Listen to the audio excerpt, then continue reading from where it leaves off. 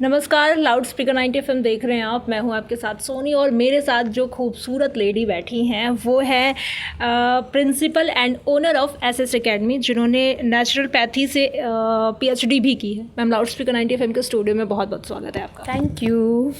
अच्छा, ये बताइए, आपने नेचुरोपैथी से पीएचडी करी, फिर अब स्कूल चला रही हैं, तो नेचुरोपैथी से आपने पीएचडी करी, उसके बाद स्कूल का कैसे आपका शुरुआत हुआ? मैं स्कूल की स्टार्टिंग 2009 में हुई और मैंने 2011 तक अपनी नेचुरोपैथी से पीएचडी कंप्लीट की, जो कि मैं शुरुआत से ही स्कूल में इन्वॉल्व थी। तो मैंने जो भी अपनी पीएचडी में मैंने जो भी सीखा, नेचुरोपैथी मींस क्या, हम नेचुरल रिसोर्सेज से ही कैसे अपनी बॉडी को स्वस्थ रखें। तो हवा, पानी, आप वार्म वाटर, कोल्ड वाटर और मिट्टी, ये जो 5 तत्व जिससे हमारी बॉडी बनी है, इसके तरीके से हम अपनी बॉडी को स्वस्थ रख सकते हैं इनके उपयोग से। तो मैं वो अपने स्कूल के बच्चों पे, अपनी फैमिली पे और इन पे ही मैंने उसकी उपयोगिता सिद्ध की। अच्छा, एसएस एकेडमी के स्टूडेंट जो पंचतत्व है, क्षितिजल पावक गगन सबीरा, पंचतंत्र से बना शरीरा, तो इन 5 तंत्रों से मिला के वो क्या, उसका यूज़ कैसे करते हैं आप, उनको क्या कुछ सिखाती हैं एसएस एकेडमी के स्टूडेंट्स को? जनरली जैसे हमारे अभी देखें तो बहुत सी डिजीज़ेज़ हैं जो इस समय हमारे पास, जब बहुत बड़ा हम लोगों ने जो कोविड झेला है, जो कि एक पूरा विश्व उसको झेल रहा था, उस समय भी मैं ऑनलाइन बच्चों को ये गाइड करती थी कि कैसे अपना इम्यून सिस्टम स्ट्रॉन्ग करिए, क्योंकि हम लोगों ने वहाँ पे, मैंने वाईडी भी की है, डिप्लोमा इन योगा। मैं बच्चों को योग, मेडिटेशन और उसके साथ साथ हम किस तरह से अपना इम्यून सिस्टम स्ट्रॉन्ग करें, पैरों का गर्म नहान, सारे बदन की गीली पट्टी, पेट पे पट्टी, और इन सब चीज़ों को कैसे हम लोग इसको किस तरीके से हम लोग यूटिलाइज़ कर सकते हैं, ये क्या इसकी कैसी क्रिया होती है, इसका प्रोसीजर क्या होता है, मैं बच्चों को ऑनलाइन ही गाइड करती थी। और उसके थ्रू बच्चे जो है अपने घर में अपने माता पिता और अपने लोगों को इम्यून सिस्टम को में वृद्धि लाने के लिए, स्ट्रॉन्ग करने के लिए उसका उपयोग करते थे। और कोविड के समय में एक बहुत अच्छी चीज़ ये भी हुई कि बच्चों का और उनके अभिभावकों का स्पिरिचुअली वो बहुत लो फील कर रहे थे। तो उनको मोटिवेट करने के लिए मैंने ऑनलाइन भगवद गीता जी की क्लासेस भी ली थी, जिनसे वो अपने आप को उन्होंने बूस्ट किया, स्पिरिचुअली भी अपने आप को बूस्ट किया। ओम चैंटिंग करवाई बच्चों को, उनके अभिभावकों को। और ऑनलाइन जो मैंने भगवद गीता जी की क्लासेस ली, वो ऑल ओवर इंडिया से उसमें से बच्चे मेरे से जुड़े थे। मैम, जो कि आप बता रही हैं कि भगवद गीता जी की आपने क्लासेस कराई एंड आध्यात्म की तरफ आप बच्चों को ले जाने की कोशिश करें, कितना ज़रूरी होता है एक छोटे से बच्चे में आध्यात्म की प्रैक्टिस डालना? बहुत ज़रूरी है मैम कि हम अपने ग्रंथों को, अपने अध्यात्म को, अपने सनातन धर्म को, जिस भी धर्म से हम बिलोंग कर रहे हैं, उसको हमको जानना बहुत ज़रूरी है। और ये नींव बहुत छोटे से ही हम रख सकते हैं।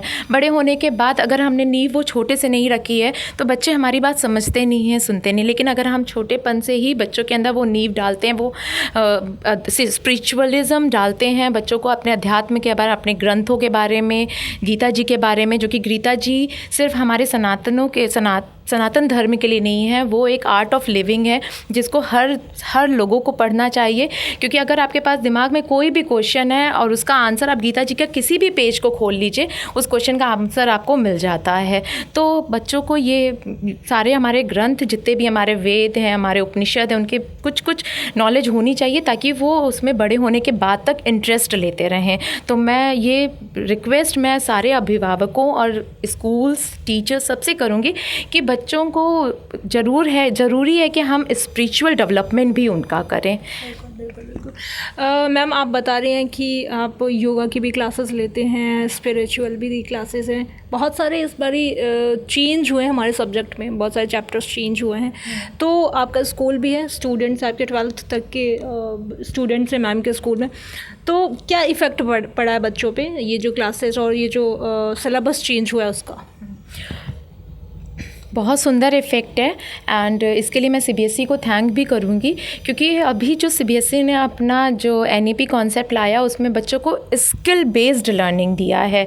और मैं अभी देख रही हूँ कि जो हमारे कंटेंट हैं, मैंने जीके की बुक जो लगाई है उसके जो कंटेंट है वो बहुत सुंदर है। उसमें बच्चों को हर एक सब्जेक्ट की नॉलेज दी गई है उस विधा में।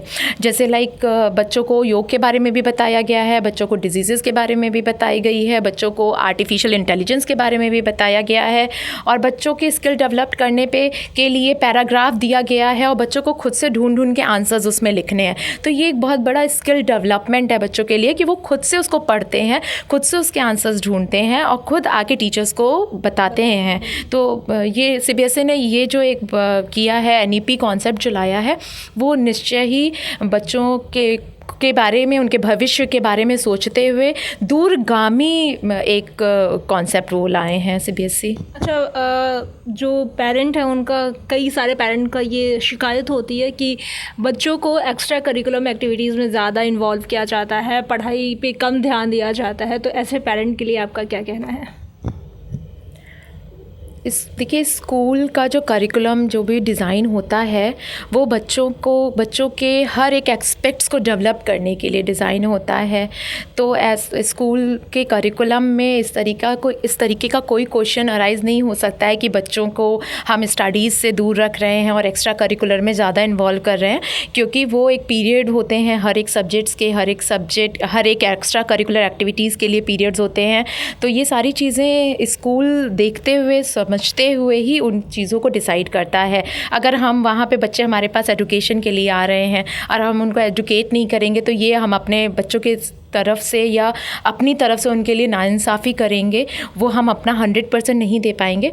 तो इस चीज़ के लिए मैं बिल्कुल सहमत नहीं हूँ कि हम पढ़ाई से कॉम्प्रोमाइज़ करते हुए बच्चों को एक्स्ट्रा करिकुलर में इन्वॉल्व करते हैं। जी नहीं, जहाँ पे जिस चीज़ की जैसी ज़रूरत होती है, जहाँ पे जिसकी जितनी ज़रूरत है, हम उसी हिसाब से उनके पीरियड्स को, उनके क्लासेस को, हफ्ते में कितने दिन की ज़रूरत है, 2 दिन की, 3 दिन की, उसी तरीके से पीरियड्स के टाइम टेबल पहले से फ्रेम हो जाता है। ऐसा नहीं होता है कि हर 2 दिन 3 दिन में तब टाइम टेबल चेंज हो रहा है, ऐसा नहीं होता है।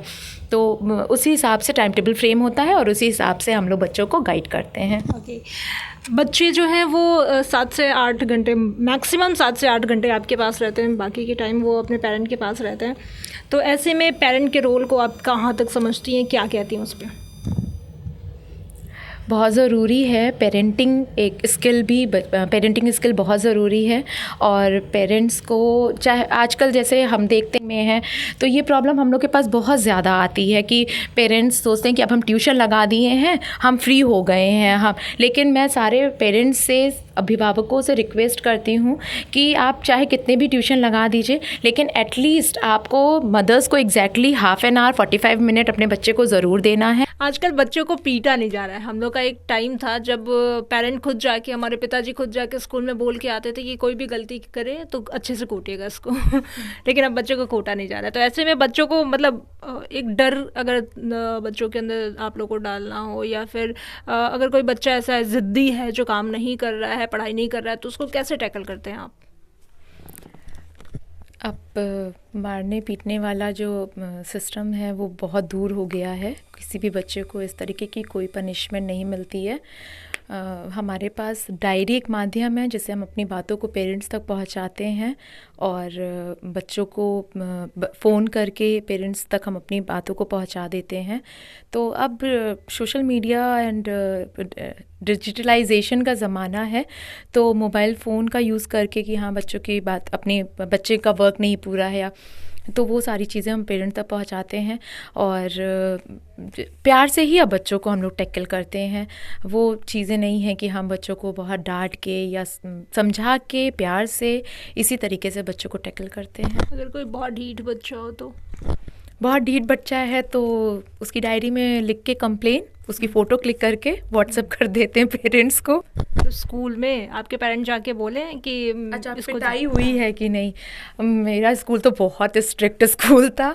हमारे यहाँ तो ऐसा होता था, लाइक हम लोगों के यहाँ अगर 195 डेज स्कूल चलनी है तो हम पूरा 195 डेज़ की हमारी अटेंडेंस होनी चाहिए। एक दिन हम एब्सेंट नहीं कर सकते थे। और हम अगर ज़रा सा भी कोई बुक भूल गए हैं लाना, या कोई वर्क ज़रा इनकम्प्लीट है, तो हम लोग को मैम स्कूल के बाद 2 घंटा 3 घंटा डिटेन कर देती थी। मतलब लाइक लिटरली हम लोग रोते थे, डायरी में कंप्लेंट जाती थी, पेरेंट्स को डायरी पहुंच जाती थी कि आपका बच्चे की छुट्टी 3 बजे है, आप लेने 6 बजे आइएगा। और हम लिटरली रोते रहते थे उस समय, क्योंकि 5th तक स्टैंडर्ड 4th-5th स्टैंडर्ड तक उस स्कूल में पढ़ा था। तो उसके बाद जो है मैम हम लोगों को, अच्छा रोकने के बाद मैम का जो एक ट्रीटमेंट रहता था वो इतना सॉफ्ट है। मैम ने हमारे यहाँ, शी इज़ फॉन्ड ऑफ पेट, तो उन्होंने काऊ रखा हुआ था अपने यहाँ, फिर वो हमको दूध पिलाते थे, Bournvita milk, she use to feed it with sandwich खिलाते। तो मतलब लाइक उसके बाद का ट्रीटमेंट उनका बहुत सॉफ्ट रहता था, लेकिन एक डर के लिए वो हम लोगों को एक स्कूल के बाद भी डिटेन्ड करते थे। तो she is having that practice of detaining. Okay, तो वो उनका अलग एक मेथड था। अच्छा, आप स्कूलिंग के, मतलब आप स्कूल तो देखते ही हो, उसके साथ साथ और भी बहुत सारे सोशल वर्क करते हो, क्या क्या सोशल वर्क हैं वो आपके? मैं बहुत सी संस्थाओं से जुड़ी हुई हूँ, जैसे इंटेक, एक नई आशा, भारत विकास परिषद, भाई भोजपुरी एसोसिएशन ऑफ इंडिया, सो इसके भी अपराध निरोधक कमेटी गोरखपुर। तो हम, मेरी 2 स्कूल्स और रन हो रही हैं जो कि as a social work run होती हैं। एक school district jail, Gorakhpur district jail में रन हो रही है, जिसमें महिला कैदियों के साथ हमारे कॉन्स्टिट्यूशन में एक लॉ है कि नियम है कि महिला कैदियों के साथ 6 साल तक उनके बच्चे, 6 ईयर्स तक के उनके बच्चे उनके साथ रह सकते हैं। तो उन बच्चों के लिए हमने वहाँ पे एक स्कूल डेवलप किया है, और उस स्कूल में महिला आरक्षी जितनी भी हैं, जो भी कांस्टेबल वहाँ पे हैं, उनको हम ट्रेन करते हैं, वो वहाँ पे उनको टीचिंग देती हैं। और इस तरीके से हम बच्चों को निकलने के पहले एक प्रॉपर उनकी मार्कशीट, उनका सर्टिफिकेट डेवलप करवा के देते हैं, ताकि जब वो बाहर निकलें तो उनको किसी भी अच्छे स्कूल में एडमिशन मिल जाए, और प्लस उनको स्कूल का एनवायरनमेंट पता हो कि हाँ स्कूल हम गए हैं और स्कूल क्या होता है। Thank you so much ma'am, इतनी सारी जानकारियाँ देने के लिए और लाउड स्पीकर 90 FM के स्टूडियो में आने के लिए। Thank you so much. Thank you ma'am, thank you. तो ये थी हमारे साथ डॉक्टर निशी अग्रवाल, जो कि SS एकेडमी के प्रिंसिपल और ओनर दोनों हैं। ऐसी और विशेष शख्सियत के साथ हम करेंगे अगली मुलाकात। तब तक देखते रहिए लाउड स्पीकर 90 FM। बजाओ बजाओ ज़रा झूम के बजाओ।